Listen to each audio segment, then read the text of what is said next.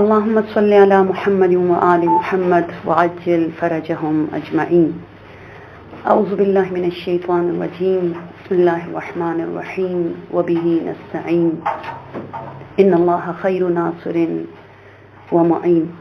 اللهم صل على فاطمة وأبيها وبعلها وبنيها والسر المستودع فيها بعدد ما أحاط به علمك. سب سے پہلے آپ تمام خواہران، عالمات، ذاکرات، عاشقان بی بی فاطمۃ الزہرا سلام اللہ علیہا جو دنیا کے مختلف کنٹریز سے، مختلف ملکوں سے اور مختلف طبقات سے تعلق رکھتے ہوئے آج دسترخوان فاطمۃ الزہرا سلام اللہ علیہا کا مہمان بنے ہیں، اور کتنی بڑی سعادت ہے میرے لیے، آپ کے لیے، کہ ایام فاطمیہ کی آمد کے لیے آپ کو، مجھے پروردگار عالم نے چن لیا، انتخاب کیا، ہم ان برگزیدہ افراد میں سے بنے کہ ہم تیاری کر رہے ہیں، اور انشاءاللہ کچھ ہی دن میں ایام فاطمیہ کا، بلکہ کل یا پرسوں سے انشاءاللہ آغاز ہوگا۔ میں آج صرف اور صرف ان اصول کو بیان کرنے سے پہلے کچھ تمہید بیان کرنا چاہوں گی، اس لیے کہ ہمارے اس گروپ میں اس کو کلاس بالکل نام نہیں دوں گی، اس لیے کہ یہ جو ہے ایک سیشن ہے جس میں آپ لوگوں کے تجربات سے ہم نے بہت کچھ حاصل کرنا ہے، اور ہماری بھی کوشش ہوگی کہ ہم سرزمین علم و عمل کریمہ اہل بیت بنت باب الحوائج فاطمہ ثانی اور زینب امام رضا علیہ السلام، حضرت معصومہ سلام اللہ علیہا کے نورانی بارگاہ سے آپ تک کچھ علمی، کچھ فکری غذا جو ہے پہنچانے میں انشاءاللہ ہم کامیاب رہے، یہ ہماری کوشش ہوگی۔ کیونکہ ہمارے اس گروپ میں کچھ سوشل ایکٹیوسٹ بھی ہے، کچھ عالمات ہیں، کچھ فارغ التحصیلان ہیں، اور اسی طرح کچھ مدارس کو لیڈ کرنے والی ہمارے فاطمی بہنیں ہیں۔ میرے لیے بہرحال سعادت کے ساتھ ساتھ ایک جسارت ہوگی کہ آپ لوگوں کے سامنے جو ہے میں کچھ بیان کرنے کی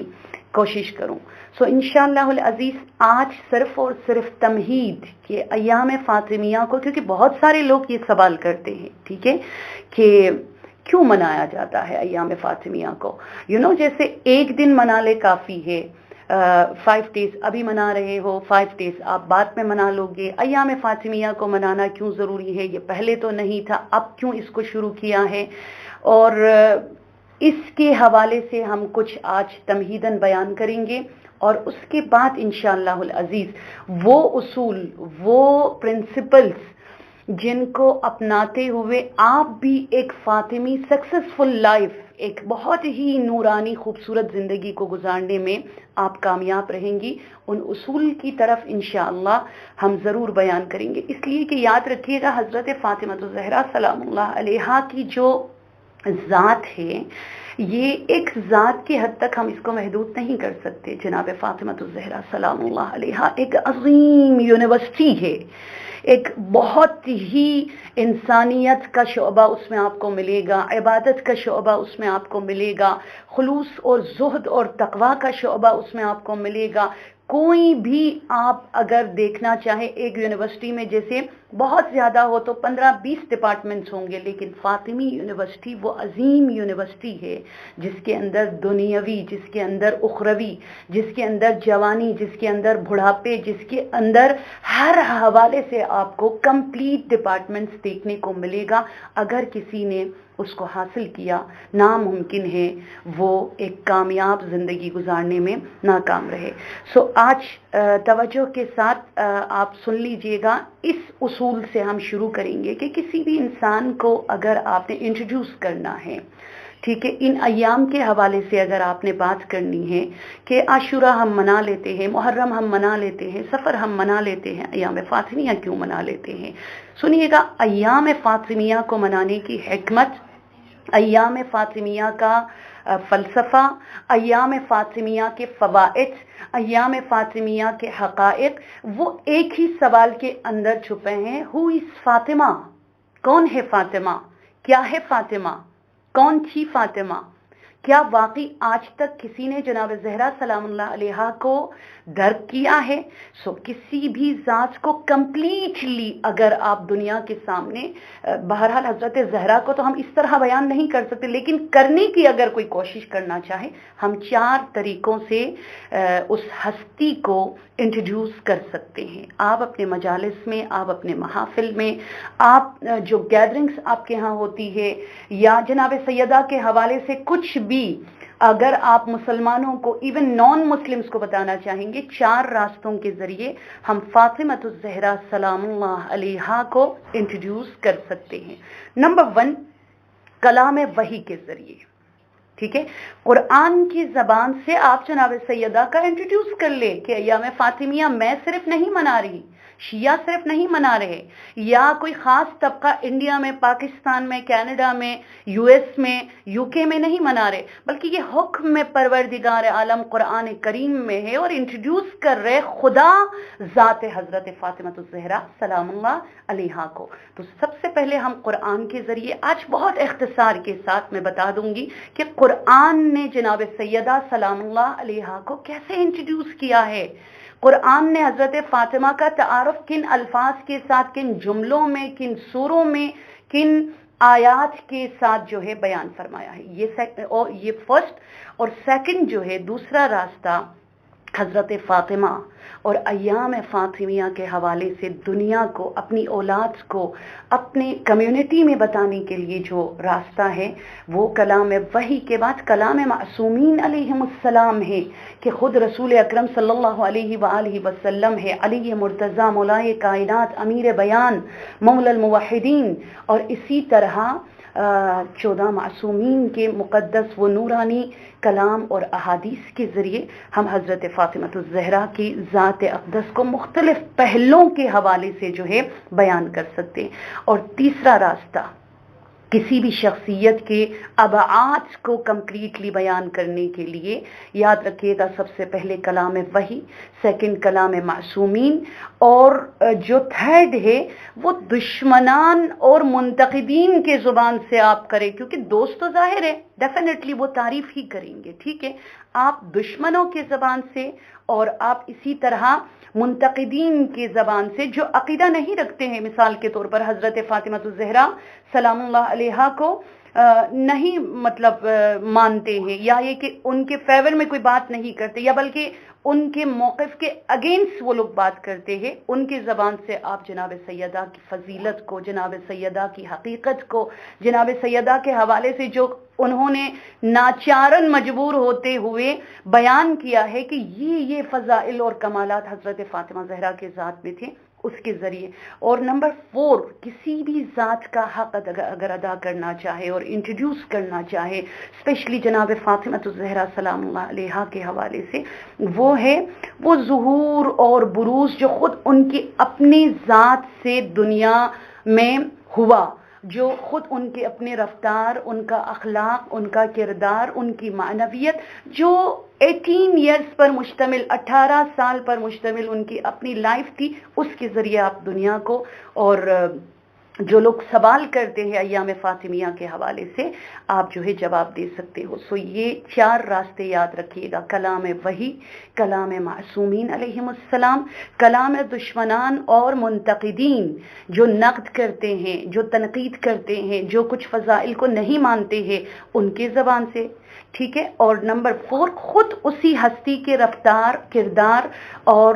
اس کے نچوڑ کو آپ سامنے رکھ کر بتا دے کہ یہ ہستی کون تھی۔ اب چلیے جناب فاطمۃ الزہرا سلام اللہ علیہا کے حوالے سے، آج کیونکہ تمہید ہے، آج کیونکہ ہمارے سیشن کا فرسٹ ڈے ہے، میں متبرکن چاہوں گی کلام